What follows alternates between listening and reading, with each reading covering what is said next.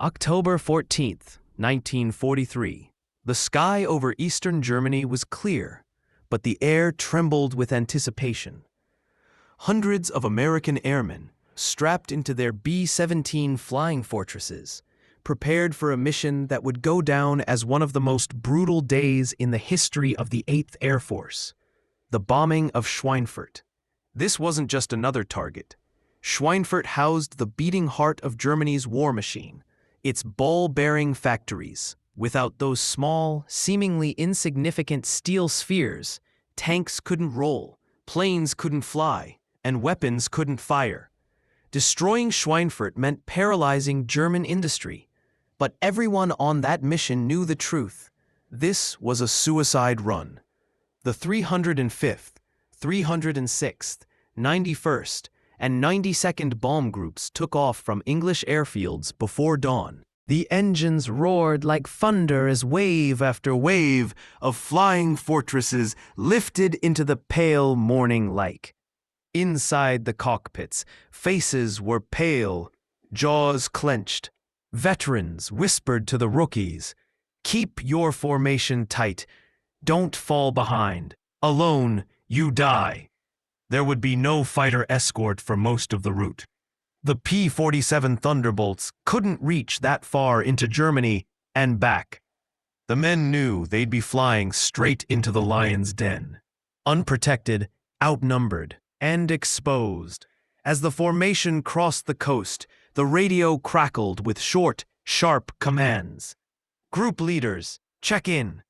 Formation tight, altitude steady." Then silence. Only the deep, rhythmic hum of the engines and the faint prayers of men who understood what awaited them. At 11:15 a.m., near Aachen, the first black puffs of flak appeared. The Germans were waiting. Each burst of anti-aircraft fire was a thunderclap of death. Black smoke exploding all around, shrapnel tearing through aluminum and flesh alike. The bombers kept formation, but every minute brought new casualties. Navigator maps fluttered across cockpits as pilots tried to hold steady despite the chaos. The gunners, perched in their turrets, scanned the skies, and then they saw them. Hundreds of German fighters, Messerschmitts and Focke-Wulfs, rising like a swarm of hornets from the clouds. "Bandits! Bandits! 12 o'clock high!" The call echoed through every intercom. The Luftwaffe was here. They came in waves. First, head-on attacks, then from the rear, cutting through the formation with ruthless precision. Tracer rounds streaked across the sky. The bombers' 50 caliber guns answered in furious bursts. Shell. Casings rattled against the fuselage as the air gunners fired until their hands bled. B-17s began to fall. Some spiraled out of control, their wings torn apart. Others exploded mid-air, engulfed in fire, as parachutes dotted the sky below. Inside one bomber, Little Miss Mischief, a young co-pilot named James Kerrigan, fought to keep his crippled plane level. A flak shell had torn through the right wing. One engine was gone, and fuel was leaking fast. He looked at his captain. Both knew they wouldn't make it home.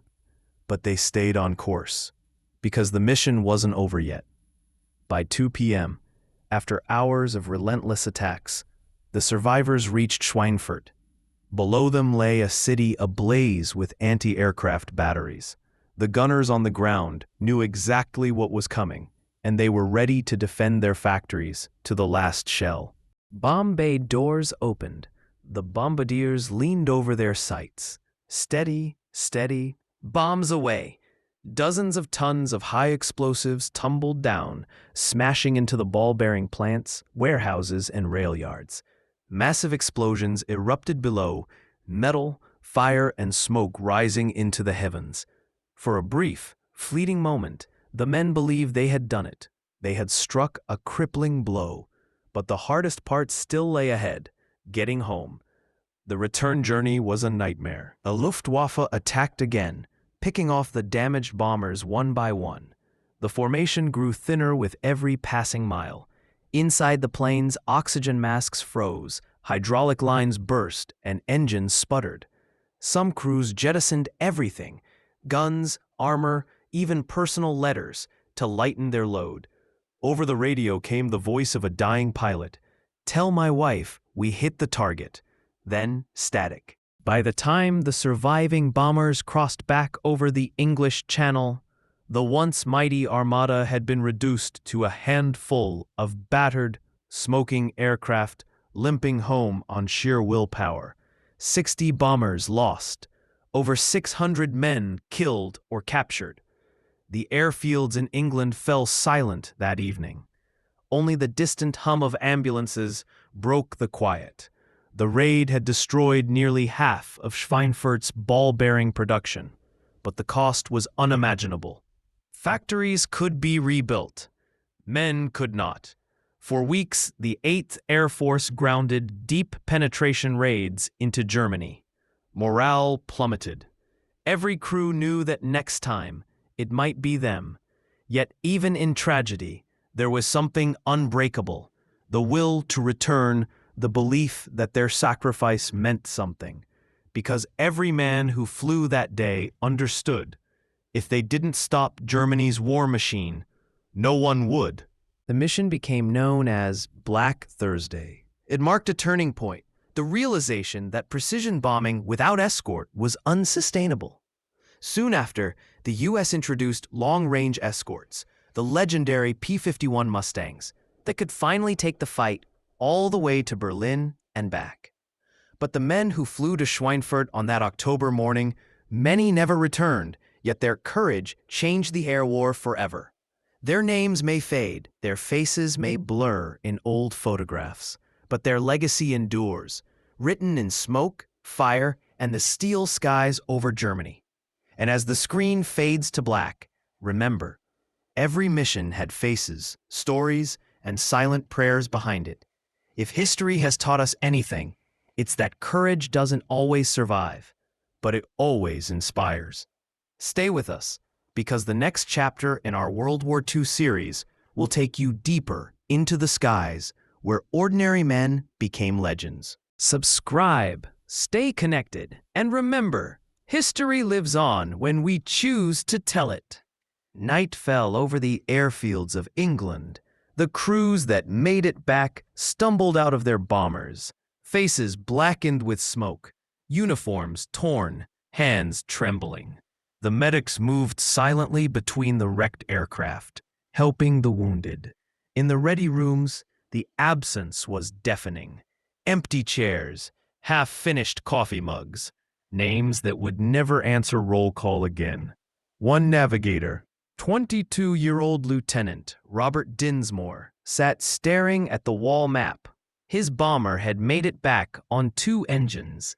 The blood of his tail gunner still stained his flight jacket. He whispered, "We hit the target, but God, at what cost?" In the following days, piles of unopened letters began to arrive at bases across England, sent by families who still thought their sons were alive. "Write when you can. Don't forget to eat. Your little brother just learned to ride his bike. ... For many, those words would never be read. The chaplains had the hardest job, visiting each bunk, gathering the belongings of the missing, a lucky coin, a photograph folded and creased from being kissed too many times, a diary entry that ended mid-sentence. They wrote the same line over and over again. "We regret to inform you, in Schweinfurt, chaos reigned. The explosions had shattered windows across the city. The factories were in ruins, but so were the lives of the civilians who worked there. German factory workers, many of them women and foreign laborers, emerged from shelters to find their homes gone. One worker, Greta Hoffmann, recalled in a post-war interview, 'It was like the world had ended. The ground was still hot. We pulled men from the rubble. Some were still alive, some weren't. But we kept working. We had no choice.' The Nazi regime ordered production to resume immediately. Engineers, scavenge through the wreckage, relocating machinery to underground facilities. The attack had hurt badly, but it hadn't crippled Germany yet. They adapted, they rebuilt, and that meant the Allies would have to come again. For the men of the 8th Air Force, Schweinfurt changed everything. Each mission briefing became a roll of the dice between duty and death. Psychological fatigue set in fast. Crews developed what doctors began calling flak shock, a trembling that never went away, but constant anticipation of the next explosion. Yet, replacements kept arriving. Fresh-faced boys barely out of high school, eager to prove themselves. Veterans would look at them and say quietly, "Don't get too close. They might not be here next week."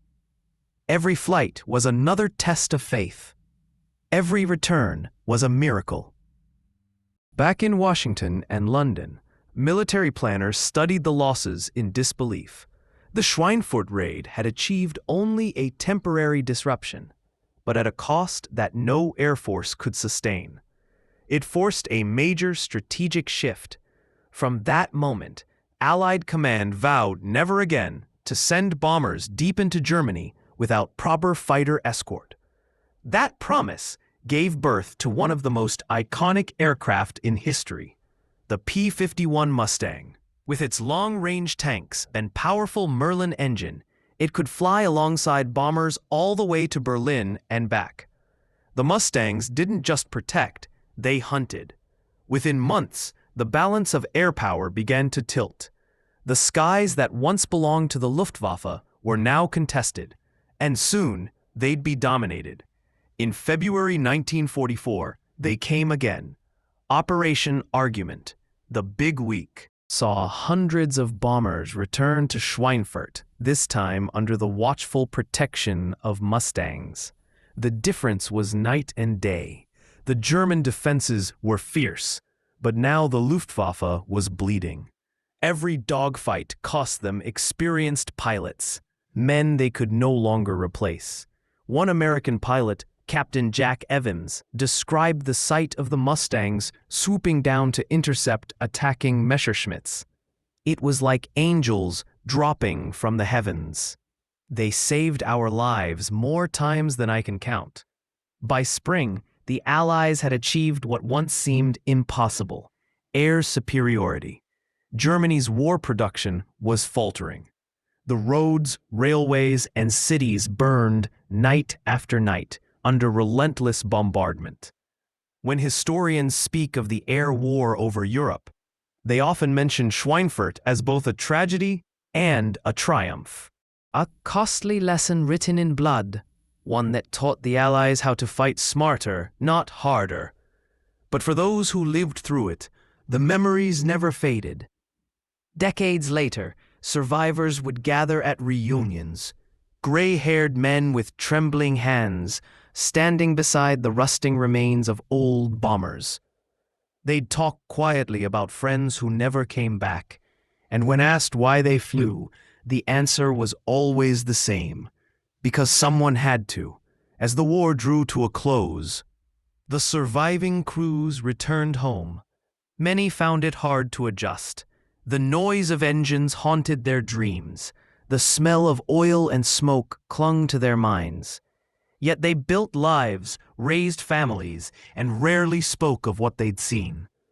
Their generation was defined not by victory alone, but by endurance, the ability to keep flying through the storm, even when the sky itself seemed to be on fire. And so, as the engines fade into the distance and the echoes of war grow silent, what remains is not the sound of destruction, but the memory of courage. The story of Schweinfurt and of those who flew into the fire is not just a page of history. It's a testament to what men will risk when freedom hangs in the balance. Their bravery shaped the sky we live under today. Their sacrifice reminds us that victory is never free. If their story moved you, Stay with us, because there are still countless untold chapters of World War II waiting to be rediscovered. Subscribe now. Join our growing community of history lovers, and don't miss our next journey into the forgotten battles, the unsung heroes, and the moments that changed the world forever. Keep watching. Your next World War II story awaits on the end screen.